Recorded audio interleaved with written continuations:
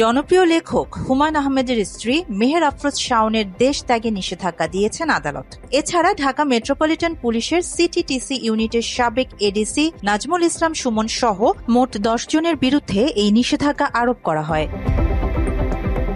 এর আগে নিশি ইসলাম নামে এক নারীর হত্যা চেষ্টা, প্রতারণা ও চাঁদাবাজির অভিযোগে দায়ের করা মামলায় গ্রেপ্তারি পরোয়ানা জারি করা হয় শাওন সহ 12 জনের বিরুদ্ধে।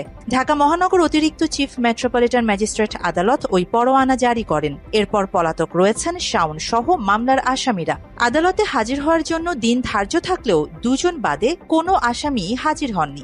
সেই ধারাবাহিকতাতেই নিশি ইসলামের করা মামলার প্রেক্ষিতে শাওন সহ 12 আসামির দেশ ত্যাগে নিষেধাজ্ঞা দেয়া হলো। বিগত বেশ কিছুদিন, গত মাসের 22 তারিখে আমাদের গ্রেফতারি পরোয়ানা কোর্ট মঞ্জুর করে, কিন্তু তাদের আসলে তা তো ধরা ছোঁয়ার বাইরে। কোনোভাবেই দেখতেছি না যে তারা ধরা পড়ছে বা ধরার চেষ্টা হচ্ছে বা যাই হোক। তো আমরা আশঙ্কা করছিলাম যে তারা হয়তো দেশ ত্যাগ করতে পারে, দেশ ছেড়ে পালিয়ে যেতে পারে। সেই কারণে আমরা একটা পিটিশন দেই আজকে যে আমরা তাদের দেশ ত্যাগের নিষেধাজ্ঞার জন্য। তো কোর্ট তা মঞ্জুর করেছে এবং আমরা তাতে সন্তুষ্ট। নিশি ইসলাম ইঞ্জিনিয়ার মোহাম্মদ আলীর দ্বিতীয় স্ত্রী এবং অভিনেত্রী মেহের আফরোজ শাওনের সৎ মা। আমি ওর বাবা ইঞ্জিনিয়ার মোহাম্মদ আলীর সেকেন্ড ওয়াইফ, আর সেই সূত্রে আমি শাওন সিংজন সেজতি ওদের ছোট মা। গত এপ্রিলে মেহের আফরোজ শাওন তার বাবা ইঞ্জিনিয়ার মোহাম্মদ আলী, সাবেক ডিবি প্রধান হারুন, সাবেক এডিসি নাজমুল এবং বাড্ডা থানার পুলিশ সদস্য সহ 12 জনের বিরুদ্ধে বাদী হয়ে ঢাকা চিফ জুডিশিয়াল ম্যাজিস্ট্রেট আদালতে মামলা করেন নিশি ইসলাম। শাওন আমাদের অনেক মামলা অনেক প্রভাব বিস্তার করেছে এবং আমাদেরকে অনেক হুমকি ধামকি মারধর সবকিছু করেছে। ডিবি হারুন সহ যারা এই অপরাধের সাথে জড়িত তারা কেউ হাজির হন নাই।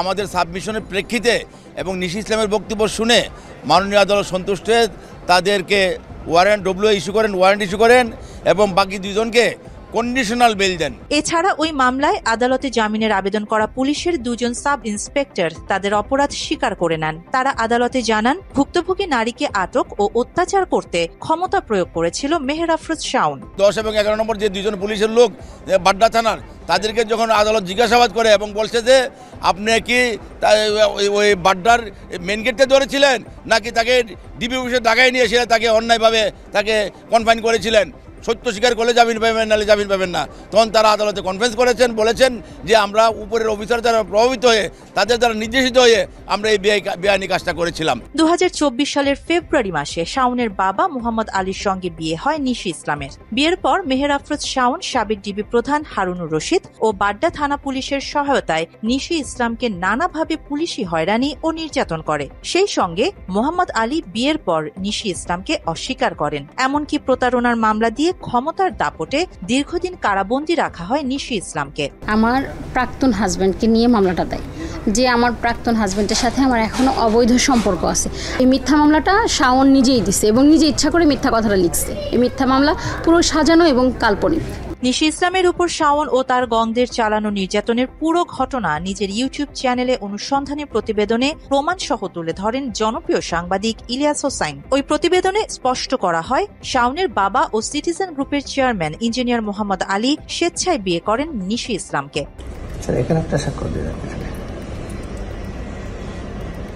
এছাড়া অনুসন্ধানী ওই প্রতিবেদনে ইলিয়াস হোসাইন শাওনের বিরুদ্ধে ক্ষমতার প্রভাব খাটিয়ে তার বাবার দ্বিতীয় স্ত্রীকে নির্যাতন করার সত্যতা তুলে ধরেন। পাশাপাশি ঢাকার উত্তরার আইকন নামের একটি রিহ্যাব সেন্টারে নিয়ে নির্যাতন করা হয় মোহাম্মদ আলীর উপরও। ক্ষোভ ছিল নিশিকে বিয়ে করার।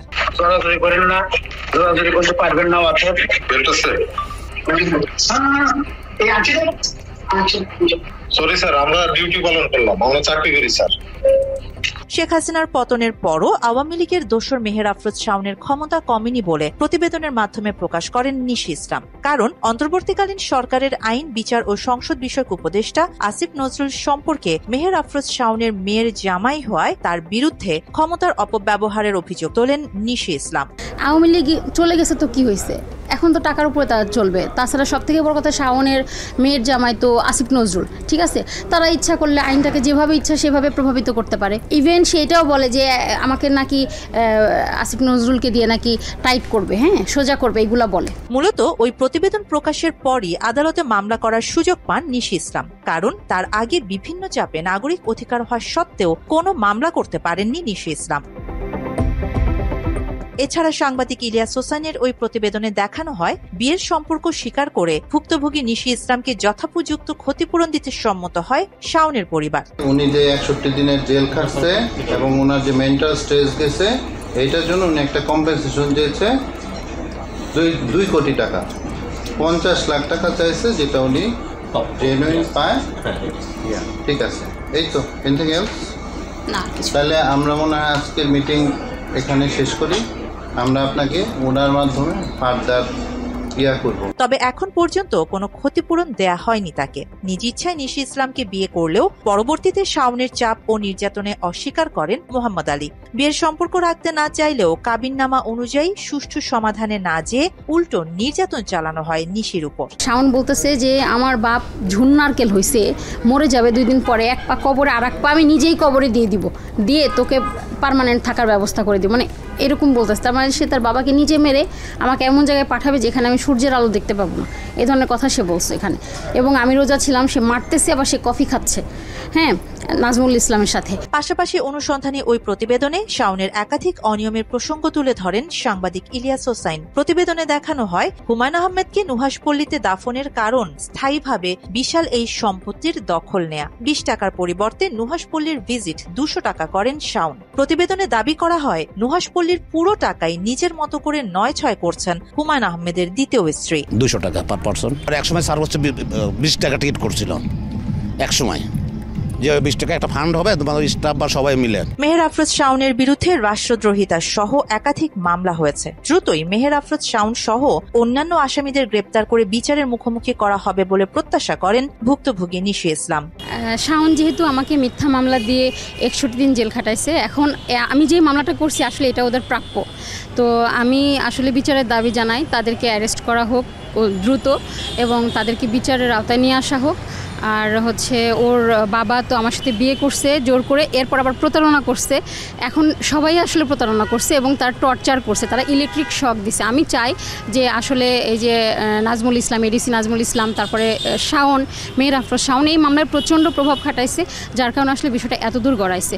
তো আমি চাই একটা সুষ্ঠু তদন্ত হোক, বিচার হোক, এবং যেহেতু শরিয়া আইন অনুযায়ী, আইন মোতাবেক যেহেতু বিয়েটা হয়েছে, তো আমি আসলে এটার একটা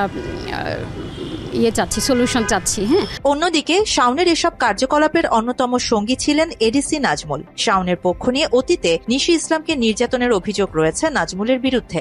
ডিবির বিতর্কিত এই গোয়েন্দা কর্মকর্তার বিরুদ্ধে আরও অভিযোগ রয়েছে ক্ষমতার অপব্যবহার করে আওয়ামী শাসনামলে বিএনপি জামায়াত সহ বিরুদ্ধ মত দমনে সক্রিয় ছিলেন তিনি। সাইবার ক্রাইমের এডিসি থাকাকালে আওয়ামী সরকারের বিরুদ্ধে কেউ ন্যায্য কথা বললেও তাকে ধরে এনে মামলা, নির্যাতন এবং ভয়ভীতি দেখাতেন নাজমুল। জানা যায় পুলিশ কর্মকর্তা নাজমুলকে সম্প্রতি ওএসডি করে বরিশাল বদলি করা হয়। বদলির দীর্ঘদিন হলেও নতুন কর্মস্থলে যোগদান করেননি তিনি। এছাড়া মেহের আফরোজ শাওনের সঙ্গে অবৈধ সম্পর্কের অভিযোগ রয়েছে নাজমুলের বিরুদ্ধে। আওয়ামী দুঃশাসনের হাতিয়ার শাওন, নাজমুল সহ সবাইকে দ্রুত গ্রেপ্তারের দাবি সংশ্লিষ্টদের। আরিবা জাহান, বাংলা এডিশন।